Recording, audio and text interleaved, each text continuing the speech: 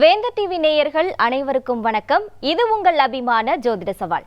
வழக்கம் போல இன்னைக்கும் நம்ம ஜோதிட சவால் நிகழ்ச்சியில ஜீவனாடி ஜோதிடர் பாபு சார் நம்ம கூட இணைஞ்சிருக்காங்க.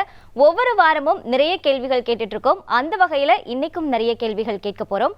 அதுக்கு முன்னாடி சார நிகழ்ச்சிக்கு வரவேற்போம். வணக்கம் சார். வணக்கம். வேந்தர் டிவி நேயர்களும் கோடான கோடி ரசிகர்களுக்கும் இன்னைக்கு அகஸ்டர் சொல்றார் பாப்போம். ஓகே சார், முதல் கேள்வி என்ன அப்படின்னா, ஒரு பக்கம் ஈரான் இஸ்ரேல் போர் பூதாகரமாக போயிட்டு இருக்கு. இன்னொரு பக்கம் பார்த்தோம்னா பாகிஸ்தான் ஆப்கானிஸ்தான் போரும் ஒரு பயங்கரமாக போய்கிட்டு இருக்கு. இந்த அண்மை காலங்களில் ஒரே போர்க்களமாக இருக்கே சார், இது எதனால?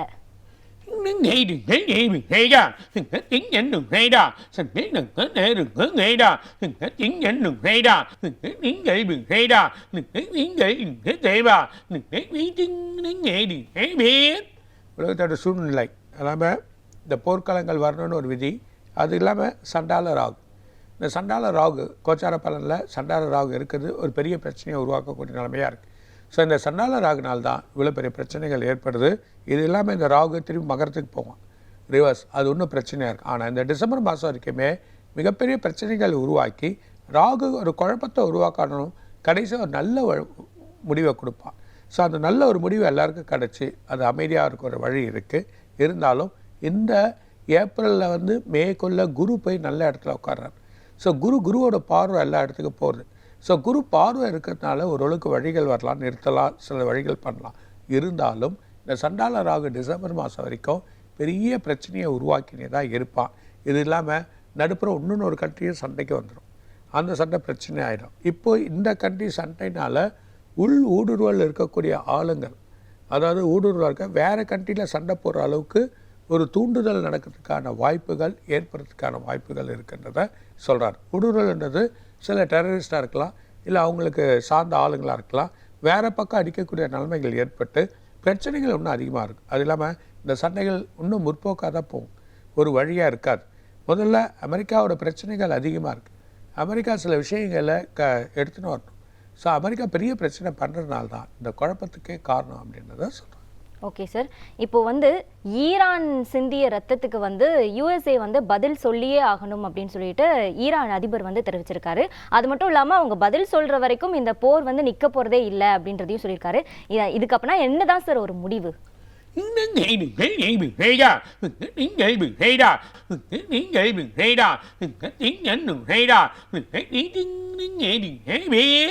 கண்டிப்பாக முதல்ல ஒரு தலைவரை வர இது பண்ணிட்டாங்க. ஒரு அமெரிக்காவோட ஒரு தலைவரை கொண்டுட்டாங்க. அந்த தலைவரை கொண்டது அவங்களுக்கு ஆதமாக இருக்கும். அது இல்லாமல் அப்பாவி மக்கள் நிறைய பேர் இறக்குறாங்க. இது இல்லாமல் வேறு கண்ட்ரியில் வேலை செய்கிறவங்க வாழ்க்கை இந்தியன்ஸ் கூட இருக்காங்க நிறைய. அதில் இருக்கக்கூடிய நிறைய வெளிநாட்டிலேருந்து வேலை செய்கிறவங்க இப்போ துபாய் இருக்கலாம், இல்லைன்னா கத்தார் இருக்கலாம், இல்லைன்னா அதர் கண்ட்ரிஸ். இந்த பொறிகள், அதாவது இவங்க பாம்பு பிளாஸ்ட் பண்ணுற பொறிகள் அங்கே விழுறதே ஒரு ஆபத்தாக இருக்குது. அது மூலிமா துபாய் ஏர்போர்ட்லாம் பிரச்சனை, எவ்வளோ ப்ராப்ளங்கள், எவ்வளோ பண நஷ்டங்கள், எவ்வளோ எக்கனாமிக் ப்ராப்ளம் வருது, எவ்வளோ வீக்கமாகுது. இந்த வீக்கத்தை தெரிய வைக்காமல் இதெல்லாமே இவங்க ஒரு செயலில் இவங்களுக்கு தேவையில்லாத, அதாவது அண்டை நாடுகள் பக்கத்தில் சண்டை போட்டுக்கலாம். அமெரிக்கா தேவையில்லாத பிரச்சனையை ஏற்படாமலே தான் இது கிடக்குது. இந்த சண்டைக்கு ஒரு தேவையற்ற ஒரு பிரச்சனையாக தான் தெரியுது. ஸோ ஒரு தேவையற்ற பிரச்சனையை எழுப்பி இருக்கிறதுனால தான் இவ்வளோ பெரிய குழப்பங்கள். இதனால் மக்கள் அவதிப்படுறாங்க, மக்களோட செயல்கள் இதுவாக. ஆனால் ஈரானோட அவங்களோட செயலில் சில விஷயங்களை விட்டு கொடுத்து அவங்கக்கிட்ட பேசுகிறது தான் நல்லது. அதுதான் நல்ல பலன். ஸோ ஈரானோட முடிவு அவங்க பேசக்கூடிய தன்மை ஒரு நல்ல ஏன்னா அவங்க மக்களை இழந்து, மக்களோட பிரச்சனையை இழந்து, அந்த நாட்டில் எவ்வளோ இடங்கள் பிரச்சனையாக இருக்கும், எவ்வளோ இடங்கள் டேமேஜ் ஆகிருக்கும், அந்த இடங்களோட இழப்புகள் எவ்வளோ இருக்கும், பலாயிரம் கோடி இழப்புகள். அது மீண்டு வரணுன்னா ஒரு 4-5 வருஷம் ஆகும். அந்த மாதிரி ஒரு செயல்கள் இருக்க சொல்ல அவங்களோட செயல்கள் இருக்குது.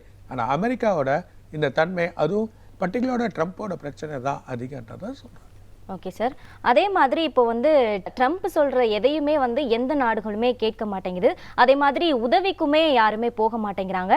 இன்னொரு பக்கம் பார்த்தோம்னா ட்ரம்ப்புக்கு அமெரிக்காவிலேயே எதிர்ப்பு அதிகமாக இருக்குதே சார். ஸோ ட்ரம்ப்பினுடைய நிலைமை இதுக்கப்புறம் என்னவாகும்?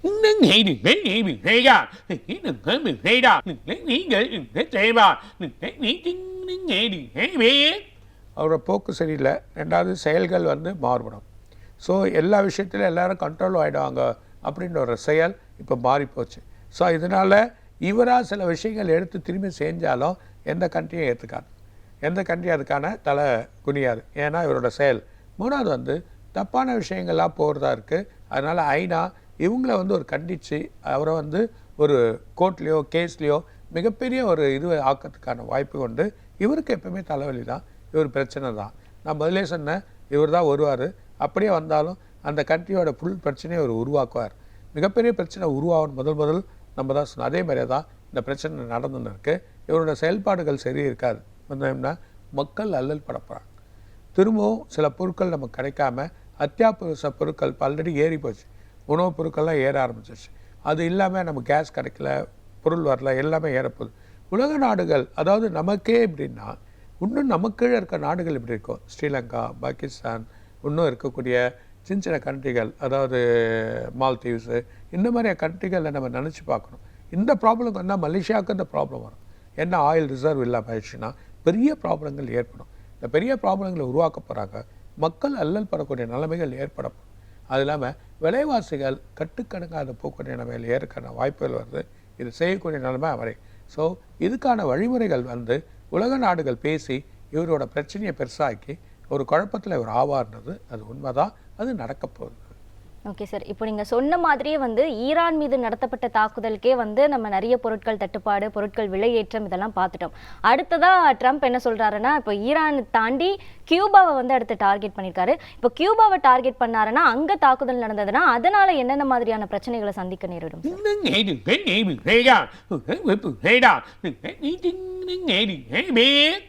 பல விதமான தடைகள் ஏற்படும். அது இல்லாமல் கடல் வழி தான். ஏற்கனவே முதல் படிக்க சொல்லி சொன்ன ஜனவரி மாதமே கடல் வழி தான் போர்கள் நடக்கும். இப்போ கடல் வழியான தட்டுப்பாடுகள், அதில் நிறைய கப்பல் போக்குவரத்து இருக்குது கியூபாவில். அது இல்லாமல் நிறைய பொருட்கள் ஏற்றுமதி இறக்குமதி போகிறதுக்கான வழிகள் இருக்குது. ஸோ இதெல்லாம் நிறைய தடைப்பட்டுரும். இதனால் பிரச்சனைகள் உருவாகும், ரொம்ப குழப்பங்கள் ஏற்படும். அது இல்லாமல் ஆயில் பிரச்சனைகள் ஏற்படும், வர்த்தகங்கள் பிரச்சனை ஏற்படும், வர்த்தகத்தில் நிறைய குறைபாடுகள் ஏற்பட்டுரும், நிறைய பேர் பிரச்சனை ஆவாங்க. எல்லாமே உலக பணக்கார லெவலில் இருக்க ஆளுங்களுக்கெல்லாம் பணம் பிரச்சனைகள் வீக்கமாகிடும். அது இல்லாமல் சின்ன சின்ன நாடுகள் மிகப்பெரிய அவதிகள் படும். அதாவது மக்கள் அல்லல் படுறக்கூடிய நிலைமை இந்த ஆண்டு இருக்குது. அதனால் முதல்ல சொன்னேன், மார்ச் மாதம் மக்கள் வந்து ரொம்ப அல்லல் படுவாங்க, மக்கள் அல்லல் படுறாங்க. அது மாதிரி ஏப்ரல், மே, ஜூன் இந்த 3 மாதமும் ரொம்ப கேர்ஃபுல்லாக இருங்க. இந்த கண்ட்ரி கியூபாவுக்கு சண்டை போட்டாங்கன்னா பிரச்சனை தான் வரும். போடாமல் இருக்கிறது தான் ரொம்ப நல்லதுன்றதை சொல்கிறேன். இப்போ நம்ம பேசிட்டு இருந்த மாதிரியே வந்து சிஎன்ஜியோட விலை வந்து ஏற்றமாகிருக்கு. அதே மாதிரி கேஸ் சிலிண்டர் வந்து தட்டுப்பாடு ரொம்ப அதிகமாக இருக்குது. இதனால் இப்போ ஹோட்டல்கள்லாம் மூடக்கூடிய நிலைமை ஏற்பட்டுருச்சு சார். இந்த நிலைமை எப்போ மாறி எப்போ நார்மல் ஆகும் சார்?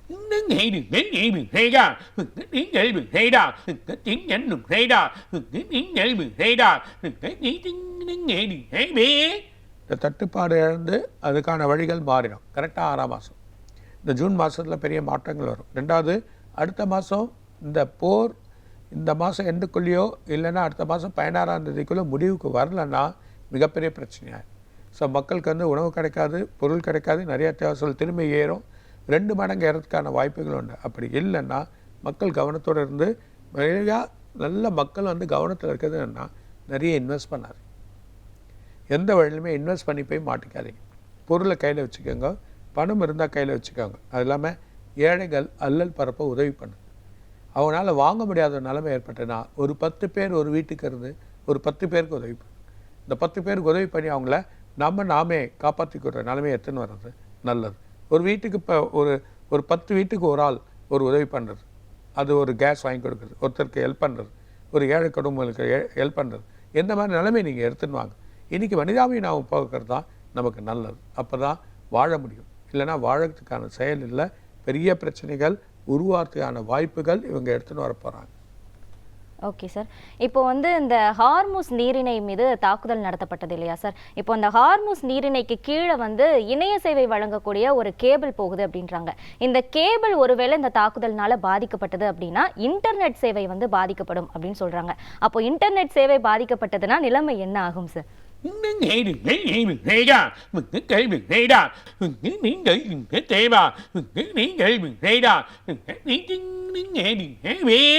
கண்டிப்பாக 2 நாள் அவதிப்பட போது.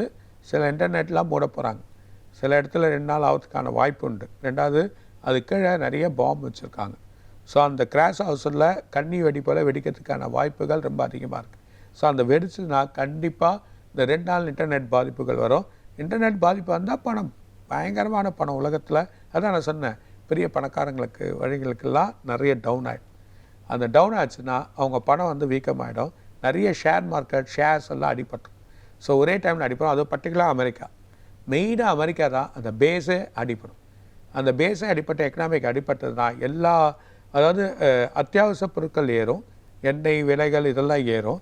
அதே நேரத்தில் இந்த தங்கம், கோல்டு இது சம்மந்தப்பட்ட உலோகங்கள்லாம் கொஞ்சம் இறங்க ஆரம்பிச்சோம். அந்த சூழ்நிலைகள் ஏற்படுறதுக்கான வாய்ப்புகள் எடுத்துன்னு வராங்க.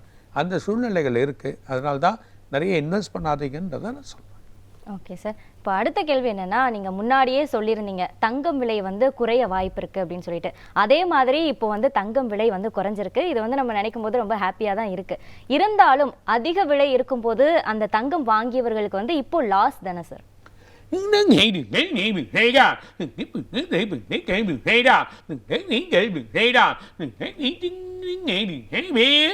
நான் சொன்ன மாதிரியே கட்டுக்கடாக பிரச்சனை பண்ணால் இன்னும் இறங்கிடும், நிறைய இறங்கிறதுக்கு வாய்ப்பு இருக்குது. ஸோ மார்க்கெட் லெவலில் ரொம்ப கீழே வரதுக்கான வாய்ப்பு இருக்குது. அப்படி இல்லைன்னா திரும்பவும் அடுத்த மாதம் 15ஆம் தேதிக்கு அப்புறம் ஏறும். ஸோ இந்த ஃபஸ்ட் வீக்கிலேருந்து, ஏப்ரல் ஃபஸ்ட் வீக்லேருந்து ஏறதுக்கான வாய்ப்புகள் இருக்குது. அப்படி ஏறிச்சுன்னா திரும்பி அந்த லெவல் வரும். ஆனால் அன்றைக்கி நம்ம படிக்க சொல்லியும் சொன்னோம், வாங்காதீங்க, ஸோ வாங்கி இது பண்ணிக்காதீங்க, சவுடானா இறங்கிச்சுன்னா யோசித்து வழி பண்ணுன்னு சொல்லியிருக்கோம். இருந்தாலும் கவலை கிடையாது. ஸோ வாங்கினால எந்த பிரச்சனையும் இல்லை, கோல்டு கெட்டு போகாது. திரும்ப மார்க்கெட் சமமாகி பிரச்சனைகள் முடிகிற நேரத்தில் பார்த்திங்கன்னா திரும்ப ஏற்றுவாங்க. இது வேறு விதமாக நடக்கும். இது எல்லாமே சண்டைகள் இல்லாத நேரத்தில், பிரச்சனை முடிகிற நேரத்தில் கோல்டும் சில்வரும் ஏறதை நம்ம பார்க்க போகிறோன்றதை சொல்கிறேன். Okay sir. இப்போ நம்ம எப்பவுமே வந்து 2 வாரங்களுக்கு ஒரு முறை பார்க்கக்கூடிய ஒன்று தான் ஷேர் மார்க்கெட் நிலவரம். இந்த வாரம் ஷேர் மார்க்கெட் நிலவரம் எப்படி இருக்கும்?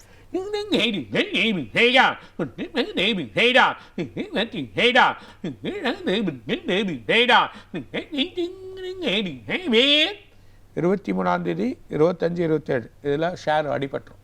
3ஆம் தேதியிலேருந்து 7ஆம் தேதி ஷேர் பயங்கரமாக அடிப்படும். ஸோ ரொம்ப கேர்ஃபுல்லாக இருக்கணும். மிகப்பெரிய அளவில் அடிப்படுறதுக்கு வாய்ப்பு உண்டு. இது மூலிமா வெளிநாட்டு அமெரிக்கா இல்லை அதர் கண்ட்ரீஸில் கூட பெரிய கம்பெனி 2 ரொம்ப கீழே வந்துடுவாங்க. ஒரு பெரிய சரிவு ஏற்படும். இது இல்லாமல் ஐடி திரும்பி அடிப்படும். ஸோ ஐடியில் பெரிய ப்ராப்ளங்கள் ஏற்பட போது திரும்பி அடிபட்டுரும். மக்கள் வேலை இல்லாத வழிக்காக வெளியே வந்துடுவாங்க.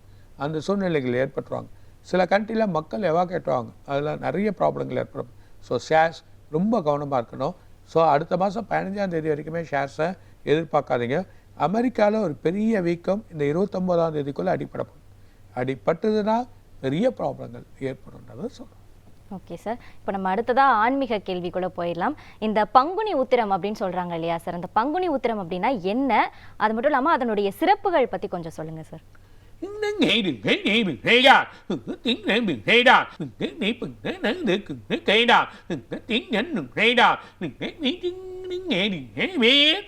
பங்குனி உத்திரம், அதாவது பங்குனி மாதத்தில் இருக்கிற உத்திரத்துக்கு மிகப்பெரிய சக்தி உண்டு. மக்கள் எல்லா விஷயத்திலும் கும்பிடுவாங்க. அதாவது பூச நட்சத்திரத்தில் கும்பிடுவாங்க, பூர நட்சத்திரத்தில் கும்பிடுவாங்க. எல்லா நட்சத்திரத்திலையும் வர சொல்ல உத்தரத்துக்கு ஒரு தனி மதிப்பு உண்டு. உத்தரம், வீட்டில் ஒரு உத்தரம் பிறந்தாவே போதும். வீட்டில் ஒரு உத்தரம் பிறந்தால் தரித்திரம் வராது. ஸோ அந்த உத்தரத்துக்கு மட்டும் அவ்வளோ பணம் உண்டு. பணம் வீக்கங்கள் இருக்காது, அதுங்களுக்கு பிரச்சனை இருக்காது. வாழ்நாள் முழுதும் வாழக்கூடிய தன்மையை செயல்படும். அதனால தான் அந்த உத்தர நட்சத்திரம் பிறக்கிறது, அதுவும் முதல் பாதத்தில் பிறக்கிறது பெரிய விசேஷம். சிம்மத்தில் பிறக்கிற முதல் பாதத்தில் பிறக்கிறது. இந்த உத்தர நட்சத்திரத்தில் தெய்வ யானைக்கும் முருகருக்கும் கல்யாணம் பண்ணுறாங்க. அந்த கல்யாணம் நடந்த இடத்த திருப்பரங்குன்றம். அந்த திருப்பரங்குன்றத்தில் தான் அந்த கல்யாணம் நடந்திருக்கு. அந்த தெய்வ யானைக்கும் முருகருக்கும் அந்த கல்யாணம் நடந்த இடம் தான் திருப்பரங்குன்றம். அதில் மிக விசேஷமாக பண்ணக்கூடியது தான் இந்த உத்தர நட்சத்திரத்தில் வழி. இந்த உத்தர நட்சத்திரத்தில் தெய்வ வழிபாடுகள் பண்ணுறது நல்லது. ஏன்னா தெய்வங்களுக்கே கல்யாணம் ஆகிறதுனால தெய்வ வழிபாடுகள் பண்ணுவாங்க. இந்த தெய்வங்களுக்கு வழிபாடு பண்ணதான் கும்பாபிஷேகம். நிறைய கும்பாபிஷேகம் இந்த பங்குனி மாதத்தில் உத்திர நட்சத்திரத்தில் பண்ணுவாங்க. நிறைய கும்பாபிஷேகங்கள், குடமுழுக்கு விழா எல்லாத்தையும் பண்ணக்கூடிய ஒரு நிலைமை இந்த கும்பாபிஷேகத்தில் நடக்கும். அதனால தான் இந்த நாள் எல்லா நாளும் கும்பிட்றோட இந்த நாள் கும்பிட்டேன்னா நமக்கு கடன் பிரச்சனை தீரும். அது இல்லாமல் இப்போ நிறைய அல்லல்கள், மக்களோட அல்லல்கள் பிரச்சனைகள் தீரணுன்னா உத்திர நட்சத்திரத்தில் போய் கும்பிட்றது, முருகரை கும்பிடலாம், அம்பாலை கும்பிடலாம். அது வேணால் பெருமாளையும் கும்பிட்றது ஒரு பெரிய பலன் கிடைக்கும். ஸோ இந்த மூணுமே போய் கும்பிட்றப்போ, அதில் நரசிம்மர் அவங்கள கும்பிட்றப்போ பிரச்சனைகள் தீரும், இன்னல்கள் வழிபடும். இந்த இன்னல்கள் வழிபடக்கூடிய தன்மைகள் கண்டிப்பாக கும்பிடுங்க. இந்த வருஷம் பெரிய மாற்றத்தை உருவாக்கும். ஸோ அந்த பிரச்சனையை தீர்க்கிறதுக்கான வழி தான் இந்த உத்தர நட்சத்திரன்றதை சொல்கிறேன். Okay sir. அதே மாதிரி இன்னொரு கேள்வி என்ன அப்படின்னா, ஒரு மனிதன் வந்து உண்மையாகவே ஆன்மீக பாதையில இருக்கிறான் அப்படின்றத எப்படி கண்டறியலாம் சார்?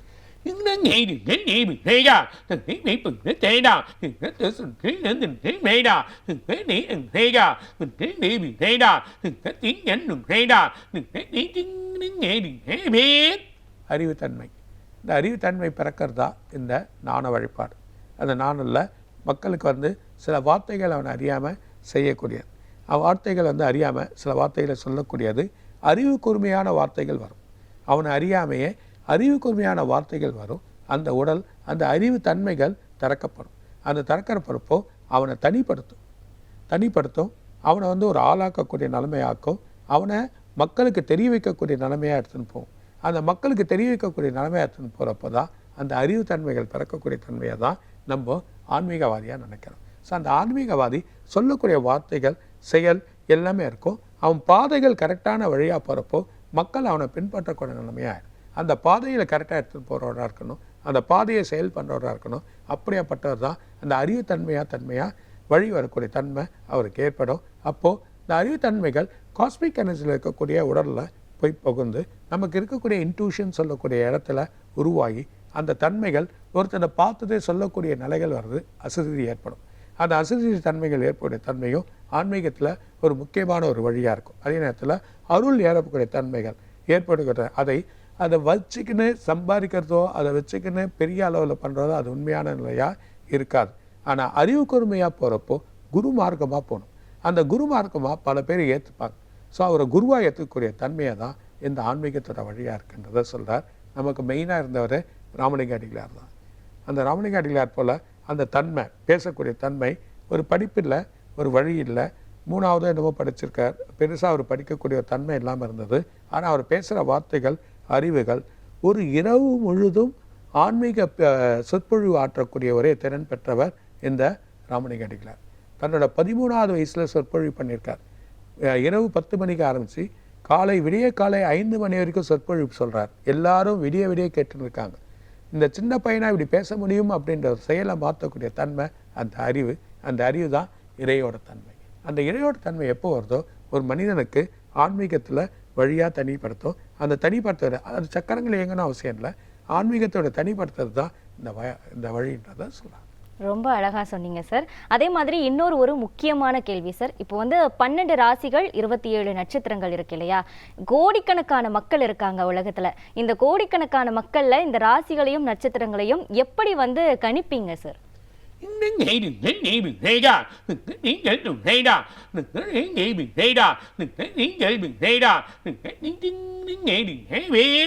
எத்தனை கோடிக்கு பேர் வந்தாலும் அதில் தான் பிறந்தான். 27 நட்சத்திரத்துக்குள்ளே தான் பிறந்தான். இந்த 27 நட்சத்திரத்தில் இன்ட்டு 4 பாதம். 4 பாதம் வந்து 108. இந்த 108 பாதத்துக்குள்ளே நீ எங்கன்னா பிறந்து தான் ஆகணும். இந்த 108 பாதத்துக்குள்ளே எங்கன்னா ஒரு இடத்துல பிறந்தாலும் அந்த வழியை வந்து கணிச்சிடலாம். ஸோ அந்த எங்கே இருந்தாலும் மாறாது. நாழிகை மாறாது. அந்த நாழிகை 60 நாழிகை 48 நாழிகை 30 நாழிகைன்னு ஒவ்வொரு நட்சத்திரத்துக்கு வழிவகுத்துன்னு வரும். அந்த வழிவகுத்துன்னு சொல்ல இந்த நாழிகையில் எப்போ மாறுன்னா சந்தியாக பிறக்கிறப்போ, அதாவது இந்த நட்சத்திரத்தில் நட்சத்திரம் மாறுற டைமில் பிறக்கிறப்போ இதுவா அதுவா அப்படின்னு ஒரு கன்ஃபியூஸ் வருமே தவிர மற்றபடி மாறாது. அதனால் எவ்வளோ ஒரு நட்சத்திரமும் எவ்வளோ ராசிகள் இருந்தாலும் இதுக்குள்ளே தான் பல கோடி மக்களும் பிறந்தாலும் இந்த 12 ராசிக்குள்ளே தான் ஒரு மனுஷன் பிறந்தே ஆகும். வேறு வழியே கிடையாது. இந்த 12 ராசிகளுக்கும் 3 நாள் சந்திரன் இருப்பான், 2.5 நாள். இந்த 2.5 நாள் சந்திரன் இருக்கக்கூடியது அத்தனை நாழிகையை நம்ம கழிக்கிறப்போ நட்சத்திரங்கள் வந்துடும். இந்த நட்சத்திரங்கள் ஒவ்வொரு சந்திரனுக்கும் 3 நட்சத்திரம் வரும். ஸோ 12 நட்சத்திரத்துக்கு இந்த 3 நட்சத்திர வசலில் மொத்தம் 27 நட்சத்திரங்கள் நம்ம கணக்காக வந்துடும். இந்த 27 நட்சத்திரத்தை பாகையாக பிரித்து வழி பண்ணுறப்போ எந்த ஊரில் நீ பிறந்தாலும் அந்த பாகையை நம்ம கணக்கெடுத்து வழி பண்ணிங்கன்னா கண்டிப்பாக அந்த கால்குலேஷன் போட சொல்ல இந்த டைமில் இவன் பிறந்துட்டான், இந்த நட்சத்திரத்தெலாம் பிறந்துட்டான்றது ஈஸியாக நம்ம கண்டுபிடிச்சிடலாம். இதுதான் விதி. எத்தனை கோடி பிறந்தாலும் நட்சத்திரத்தில் பிறக்கிறதுல எல்லா நட்சத்திரமும் உண்டு. எல்லா நட்சத்திரத்துக்கும் ஒரு பலம் உண்டு. எல்லா நட்சத்திரத்துக்கும் ஒரு செயல் உண்டு. ஸோ 27 மண்டலங்கள் இருக்குது. இந்த 27 மண்டலம் 4 பாதமாக அமைக்கப்பட்டிருக்கு. இந்த 4 பக்கம் இருக்கக்கூடிய 4 பாதங்கள். இந்த 4 பாதமாக இருக்கிறது 108 பாதங்களில் வருது. 108ல் நீ பிறந்து தான் ஆகணுன்றதை சொல்கிறாங்க. Okay sir. இப்போ அடுத்த கேள்வி என்னன்னா, இயற்கையான பிரசவத்துல பிறக்கிறவங்களுக்கும் இப்போ சிசேரியன் மூலமா பிறக்கிறாங்க இல்லையா, அந்த மாதிரி பிறக்கிறவங்களுக்கும் இந்த நட்சத்திரம் ராசிகள் வந்து மாறுபடும் இல்லையா சார், அந்த மாற்றம் எப்படி நிகழும் சார்?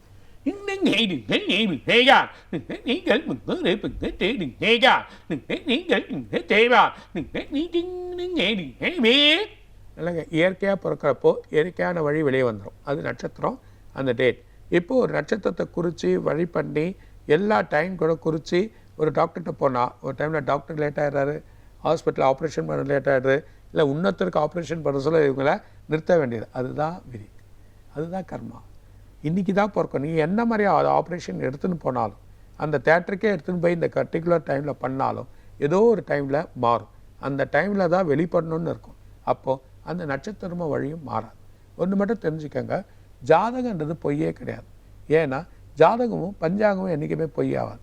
பஞ்சாங்கத்தை வச்சு தான் ஜாதகத்தை கணிக்க முடியும். இந்த பஞ்சாங்கத்தில் ஒவ்வொரு ஆண்டும் ஒவ்வொரு வருஷமும் சூரிய கிரகணத்தை பற்றி நம்ம சொல்கிறோம். இந்த சூரிய கிரகணம் ஒவ்வொரு ஆண்டும் நம்ம எழுதப்படுகிறது. இத்தனை நாழிகையிலேருந்து இத்தனை நாழிகை இந்த சூரிய கிரகணம் நடக்கும், இத்தனை நிமிஷத்துலேருந்து இத்தனை நிமிஷம் வரைக்கும் இந்த சூரிய கிரகணம் நடக்கும், சந்தி பாதி நடு அப்படின்ற மாதிரி சொல்லுவோம். அப்படி வர சொல்லக்கூடிய நிறையா இருக்கக்கூடிய இந்த சூரிய கிரகணத்தை கிரகணிக்கப்போ இது வரைக்கும் மாறல. அப்போ மாறப்போ பிறக்கிற குழந்தையோட நட்சத்திரம் மாறாது இல்லையா? என்ன சொல்ல, அது மாறாமல் தானே இருக்குது. இது வரைக்கும் அந்த சூரிய கிரகணம் மாறாமல் தானே இருக்குது. இந்த சூரிய கிரகணம் சொல்லக்கூடிய நாளும் மாறல, அந்த டைமும் மாறல. அதாவது சயின்ஸ் வந்து நாளைக்கு நடக்க போனால் இன்றைக்கி சொல்லும். ஆனால் நம்ம ஒரு வருஷத்துக்கு முன்னாடி அது எழுதிடும். அது இந்தியாவில் தெரியாது, சில இடத்துல தெரியும். இருந்தாலும் அந்த கிராமங்களில் வந்து வச்சு செய்ய சொல்ல பார்த்தீங்கன்னா கண்டிப்பாக அந்த நாள் நட்சத்திர நாழிகை என்றைக்கும் மாறாது. ஓகே சார், ரொம்ப அழகாக சொன்னீங்க சார். ஸோ நம்ம நிகழ்ச்சியோட இறுதி கட்டத்துக்கு வந்துட்டோம். இன்னைக்கு நிகழ்ச்சியில் கேட்ட எல்லா கேள்விகளுக்கும் ரொம்ப தெளிவான ஒரு விளக்கத்தை கொடுத்தீங்க சார். நிகழ்ச்சிக்கு வந்ததுக்கு ரொம்ப நன்றி சார். வணக்கம். வணக்கம். வேந்த டிவி நேரிலும் கோடான கொடியிலும் இன்னும் நிறைய இருக்காக சார் சொல்வார். வணக்கம். மீண்டும் மற்றொரு ஜோதிட சவால் நிகழ்ச்சியில் உங்களை சந்திக்கும் வரை உங்களிடமிருந்து விடை பெறுவது வினோதினி.